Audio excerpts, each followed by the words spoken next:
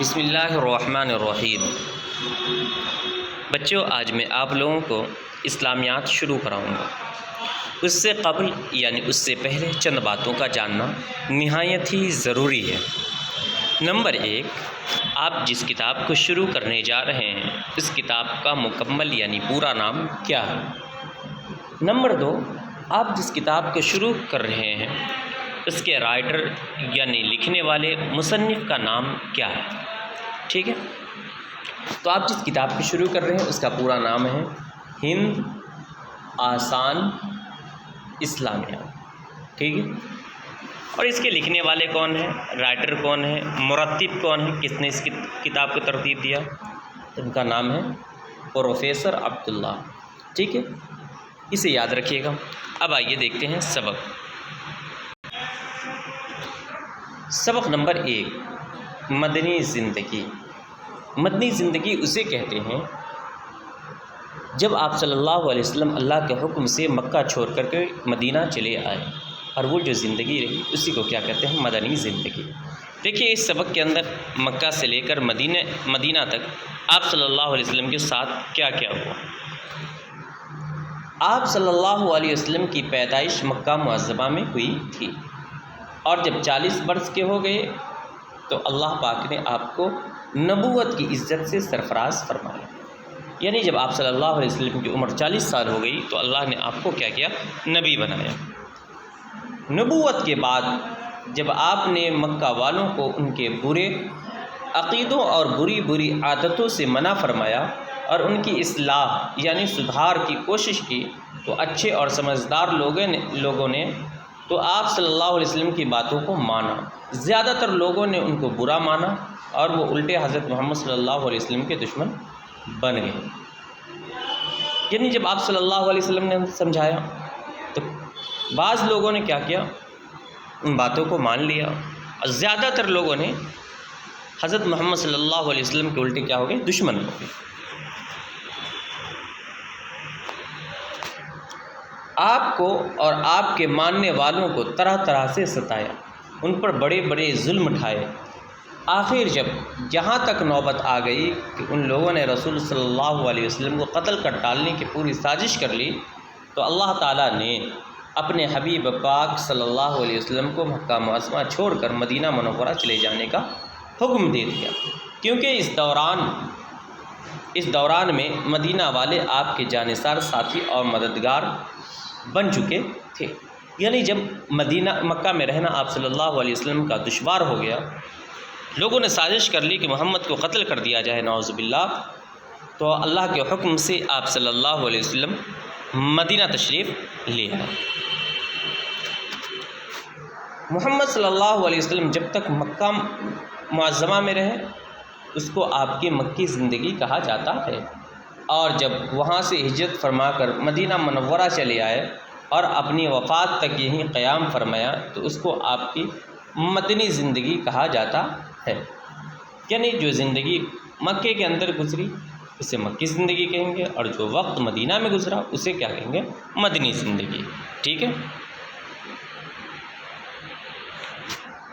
یوں کہنے کو تو آپ کی مدنی زندگی کی کل مدت صرف 10 برس کی ہے، لیکن اس 10 برس کی مدت میں بڑے بڑے معرکے پیش آئے، حالات میں بڑی تبدیلیاں ہوئیں، بڑے اہم انقلابات ہوئے۔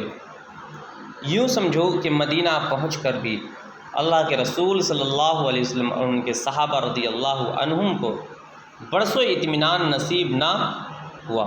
مکہ والے چڑھ چڑھ کر مدینہ آئے اور کئی بار چاہا کہ اس کی اینٹ سے اینٹ بچا دیں، پر اللہ تعالیٰ نے مسلمانوں کی مدد فرمائی۔ ان کافروں کے تمام ارادے اور منصوبے ناکام ہوئے، اور آخر ایک دن وہ آیا کہ جس مکہ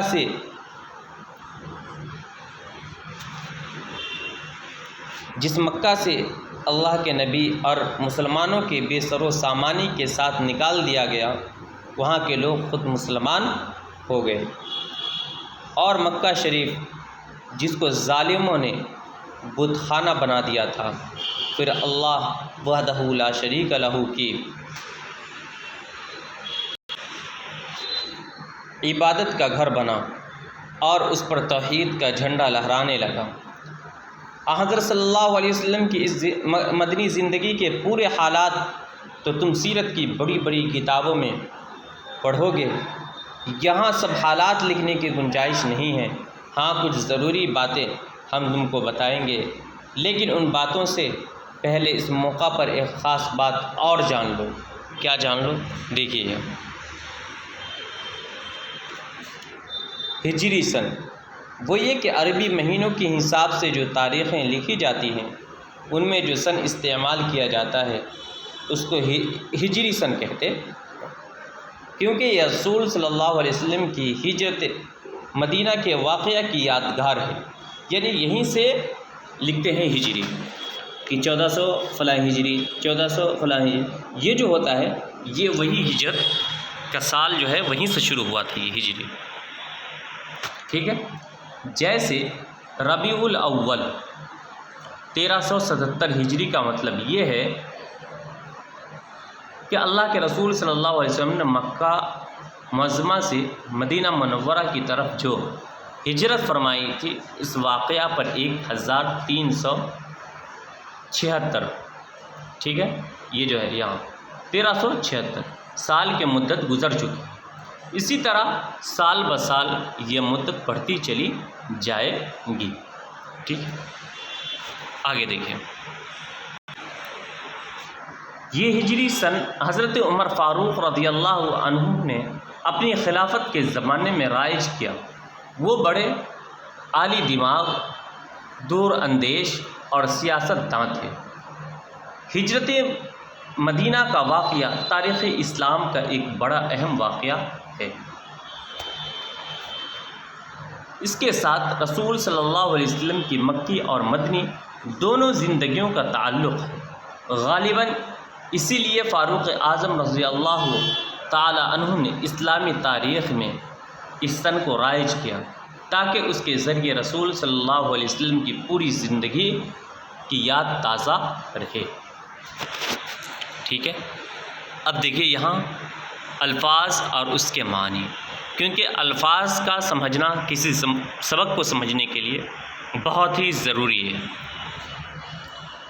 سرفراز، معزز، سربلند، سازش، کسی کی مخالفت کے لیے باہمی اتفاق، حبیب، دوست۔